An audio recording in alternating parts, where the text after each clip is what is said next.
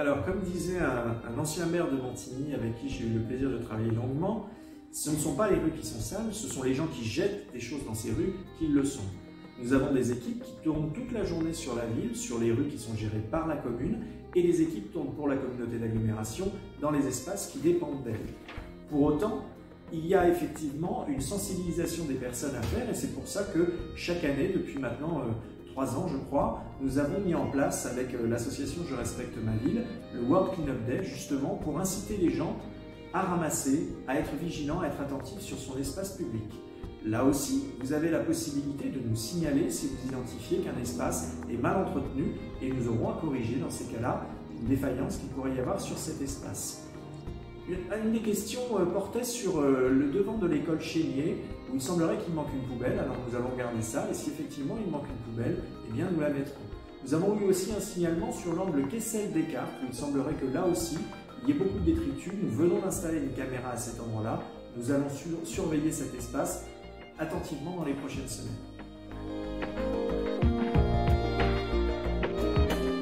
La zone d'activité du Pas du Lac est une zone importante pour la ville, puisque c'est là que les entreprises rapportent à la ville et à la communauté d'agglomération ces recettes qui nous sont tant indispensables pour pouvoir financer nos politiques publiques.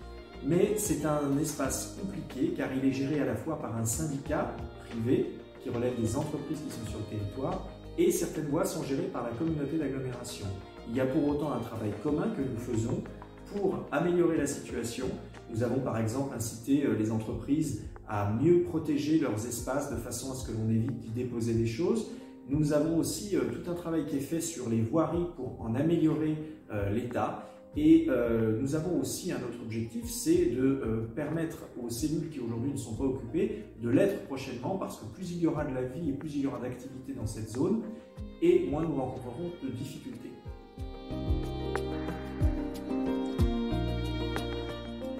Nous ne souhaitons pas acquérir de capteurs de CO2, et c'est une décision d'ailleurs qui est partagée par les 12 maires de Saint-Quentin en Yvelines.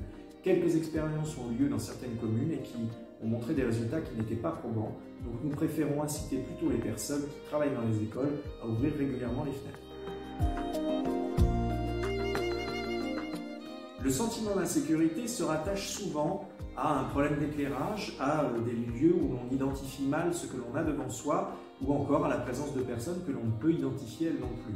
Pour autant, en termes de statistiques, la ville de Montigny présente des résultats extrêmement bas en matière de délinquance. Et pour cela, d'ailleurs, nous faisons de gros efforts depuis de très nombreuses années avec nos effectifs de police municipale qui viennent en complément de la police nationale. Police municipale que nous avons renforcée avec des brigades de maîtres chiens présentes en journée et en soirée. Vous devez les voir circuler sur la ville. Nous avons aussi 73 caméras sur le domaine public. Je pense à la dernière qui a été installée à l'angle du boulevard Kessel-Descartes. Et nous avons aussi une équipe de prévention. Donc avec tous ces éléments, nous arrivons à avoir une situation plutôt saine sur le territoire de Montigny. Mais si jamais vous avez le sentiment, dans un espace, dans un lieu, une rue de la ville, que la situation n'est pas satisfaisante, même si ce n'est qu'un sentiment de sécurité, n'hésitez pas à nous le signaler et nous veillerons particulièrement sur ces espaces. Alors la compétence pour pouvoir installer des radars ne dépend pas de la commune, mais dépend de l'État, et donc c'est la préfecture qui délivre des autorisations. Nous avons identifié différents sites sur la ville, sur le CD36, sur l'avenue des Prés, sur lesquels effectivement il peut y avoir des problèmes. Nous avons une réponse positive pour installer un radar à feu sur l'avenue des Prés, à proximité de Propopole, un endroit où nous avons déjà eu plusieurs accidents. Et sur les autres grands axes de la ville, eh bien, nous attendons là aussi une réponse positive dans les prochains mois ou prochaines années de la part de la préfecture. Et il y a un ordre de priorité au niveau des communes, et donc nous devons attendre notre tour.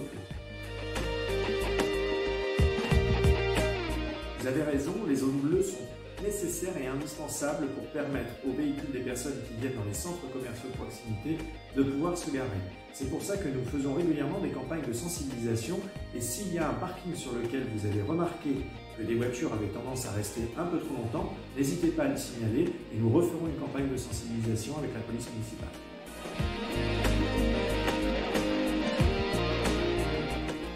Alors les éclairages bleus semblent être une bonne idée, mais une étude faite par la communauté d'agglomération montre qu'au contraire, il semblerait que ces éclairages bleus provoquent un éblouissement des personnes qui arrivent dessus et ces éclairages deviennent donc accidentogènes, ce qui fait que nous privilégions plutôt un bon éclairage blanc que de l'éclairage bleu.